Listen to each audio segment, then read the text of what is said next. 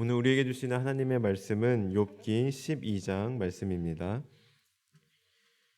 욥기 12장, 제가 가진 성경은 구약 773쪽에 있습니다. 우리 드라마 바이블 어플을 통해 함께 듣고 은혜 나누도록 하겠습니다. 제 12장.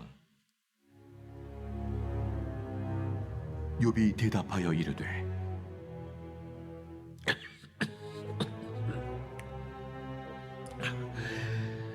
너희만 참으로 백성이로구나. 너희가 죽으면 지혜도 죽겠구나. 나도 너희같이 생각이 있어. 너희만 못하지 아니하니 그 같은 일을 누가 알지 못하겠느냐. 하나님께 불러 아뢰어 들으심을 입은 내가 이웃에게 웃음거리가 되었으니 의롭고 온전한 자가 조롱거리가 되었구나. 평안한 자의 마음은 재앙을 멸시하나 재앙이 실족하는 자를 기다리는구나. 강도의 장막은 형통하고 하나님을 진노하게 하는 자는 평안하니 하나님이 그의 손에 후히 주심이니라. 이제 모든 짐승에게 물어보라. 그것들이 내게 가르치리라. 공중의 새에게 물어보라. 그것들이 또한 내게 말하리라. 땅에게 말하라. 내게 가르치리라. 바다의 고기도 내게 설명하리라. 이것들 중에 어느 것이 여호와의 손이 이를 행하신 줄을 알지 못하랴. 모든 생물의 생명과 모든 사람의 육신의 목숨이 다 그의 손에 있느니라. 입이 음식의 맛을 구별함같이 귀가 말을 분간하지 아니하느니라. 늙은 자에게는 지혜가 있고 장수하는 자에게는 명철이 있느니라. 지혜와 권능이 하나님께 있고 계략과 명철도 그에게 속하였나니 그가 허르신즉 다시 세울 수 없고 사람을 가두신즉 놓아주지 못하느니라. 그가 물을 막으신즉 곧 마르고 물을 보내신즉 곧 땅을 뒤집다니 능력과 지혜가 그에게 있고 속은 자와 속이는 자가 다 그에게 속하였으므로 모사를 벌거벗겨 끌어가시며 재판장을 어리석은 자가 되게 하시며 왕들이 맨 것을 풀어 그들의 허리를 동이시며 제사장들을 벌거벗겨 끌어가시고 권력이 있는 자를 넘어뜨리시며 충성된 사람들의 말을 물리치시며 늙은 자들의 판단을 빼앗으시며 귀인들에게 멸시를 쏟으시며 강한 자의 띠를 푸시며 어두운 가운데에서 은밀한 것을 드러내시며 죽음의 그날을 광명한 대로 나오게 하시며 민족들을 커지게도 하시고 다시 멸하기도 하시며 민족들을 널리 퍼지게도 하시고 다시 끌려가게도 하시며 만민의 우두머리들의 총명을 빼앗으시고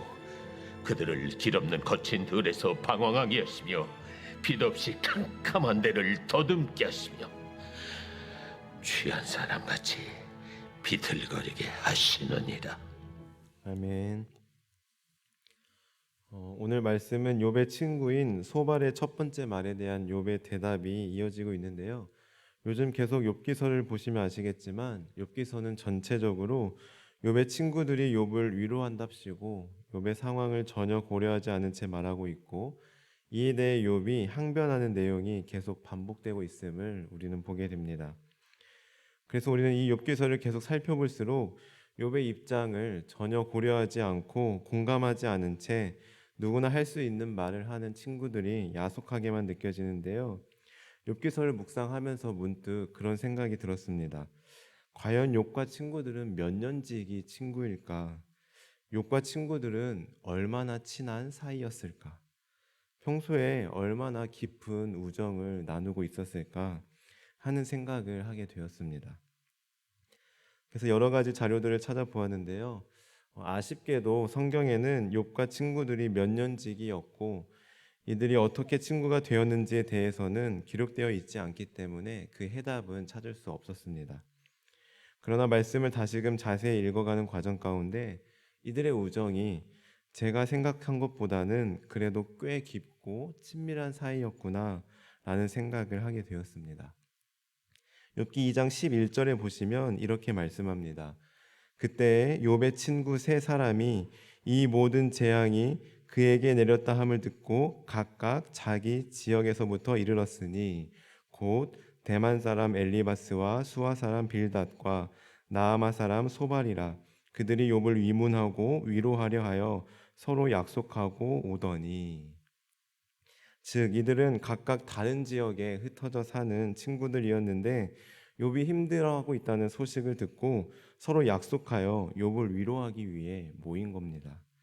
이때 당시 차가 있었던 것도 아니고 비행기는 물론 기차도 없었는데 이들은 욥이 힘들다고 하니 모인 것입니다.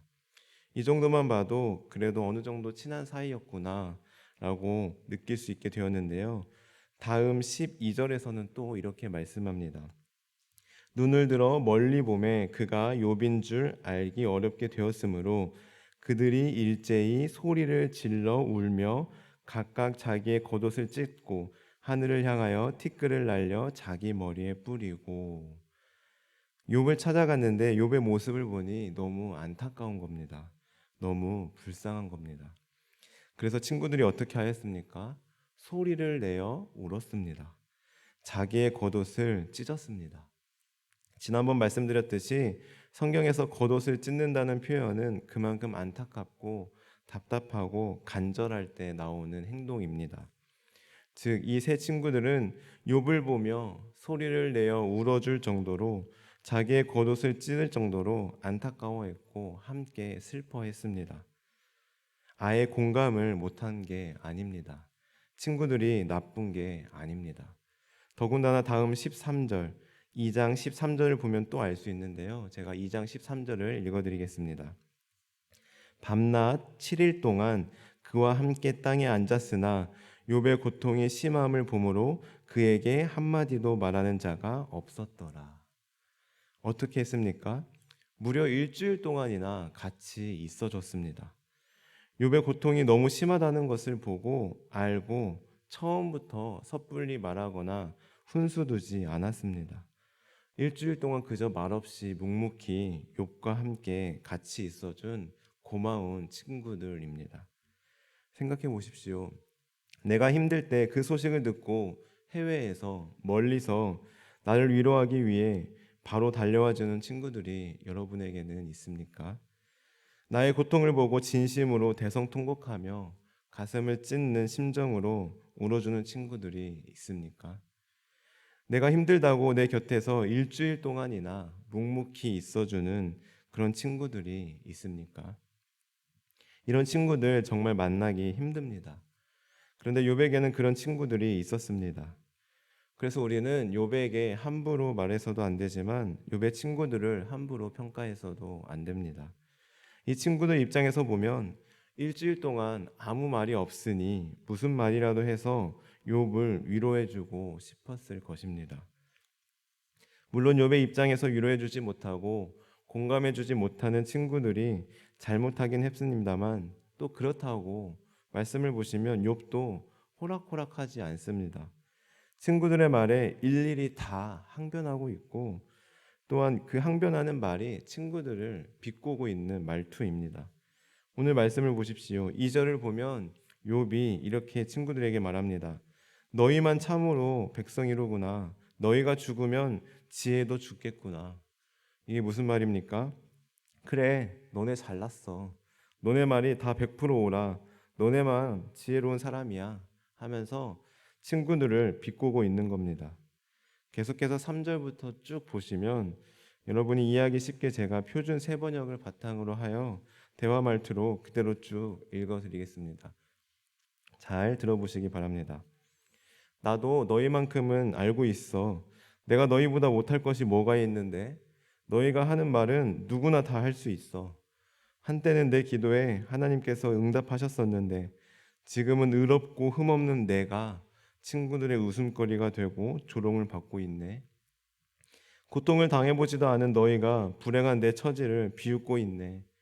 너희는 넘어지려는 사람을 지금 떠밀고 있는 거야 하며 이렇게 욥은 친구들의 말에 일일이 다 항변하며 친구들을 원망하고 있습니다. 물론 욥의 이 심정이 이해는 됩니다. 욥은 지금 일반적인 사람이 겪기 힘든 일들을 거의 종합 세트로 한꺼번에 겪고 있지 않습니까? 이런 상황에서는 어떤 말도 어떤 위로도 귀에 들어오지 않을 것입니다. 충분히 이해가 됩니다. 그러나 저는 오늘 말씀을 묵상하면서 문득 그런 생각, 그런 기도를 하게 되었습니다. 하나님, 제 마음의 그릇을 넓혀 주셔서 누가 저에게 충고나 조언을 해줄 때 그것을 기분 나쁘게 듣지 않게 해주시고 넓은 마음으로 받아들이고 슬기롭게 해석하고 적용할 수 있는 지혜로운 마음을 주십시오 하고 기도하게 되었습니다. 물론 쉽지 않겠지만 더군다나 욥처럼 너무나 힘들고 고통스러운 상황에서는 더더욱 힘들겠지만 그래도 적어도 나를 위로해 주겠다고 찾아와 준, 나를 위해 시간을 내어주고 함께 있어준, 나를 위해 함께 울어준 친구들의 말에는 상처받지 않고 들을 수 있는 귀와 넓은 마음을 허락해 달라고 새삼 기도하게 되었습니다. 그리고 문득 제 주변을 떠올려 보니 감사하게도 저에게는 욥처럼 3명까지는 아니지만 친하게 지내는 2명의 친구가 생각났습니다. 그 친구들도 함께 목회의 길을 걸어가고 있는데요. 가끔씩 서로의 고민이나 힘든 점을 같이 나누곤 합니다. 그런데 그때 무작정 편을 들어주거나 위로해 주진 않습니다. 들어보고 아니다 싶으면 가차없이 충고하고 직언합니다. 야, 그건 네가 잘못했네. 네가 잘못해놓고 어디서 징징대? 야, 그 정도는 고민도 아니야 하면서 때로는 매정하게 말하기도 합니다. 그리고 저 또한 그런 충고를 받거나 듣기도 합니다. 그런데 감사하게도 그런 말들이 아직까지는 서로에게 상처가 되거나 그것 때문에 기분 상한 적은 없는 것 같습니다. 물론 친할수록 더욱 선을 지키고 말을 조심해야 관계가 오래 유지된다고 하는 말이 있지만 이 친구들과는 그런 관계를 넘어선 것 같습니다. 그만큼의 신뢰가 있기 때문에 이 친구들과는 속마음을 그대로 나눕니다. 그래서 서로의 말에 대해서 어떠한 해석이나 추측도 하지 않고 있는 그대로 받아들이고 있는 그대로 말합니다. 오늘 말씀을 묵상하면서 그 친구들이 떠올랐고 그러한 친구들이 있다는 것에 참 감사하다는 생각을 하게 되었습니다. 그리고 나아가 이 친구들하고 뿐만 아니라 아까 말씀드린 대로 제 마음의 그릇이 더욱 넓어져서 누가 저에게 충고나 조언을 해줄 때 그것을 기분 나빠하지 않고 지혜롭게 받아들이고 적용할 수 있는 넉넉한 사람이 되고 싶다는 기도를 하게 되었습니다. 사랑하는 성도 여러분, 저와 여러분들의 마음의 그릇이 더 넓어지고 더 넉넉해지길 간절히 소원합니다. 그래서 오늘 말씀의 욥처럼 친구들의 말에 일일이 다 항변하는 것이 아니라 때로는 억울하더라도, 때로는 인정할 수 없을지라도, 때로는 화가 나더라도 그것을 넉넉한 마음으로 받아들이고 지혜롭게 답변하고 해석하며 적용할 수 있는 저와 성도님들 되시길 간절히 소망합니다. 기도하시겠습니다. 하나님, 저희들 오늘 욥을 통해 우리의 모습을 돌아봅니다.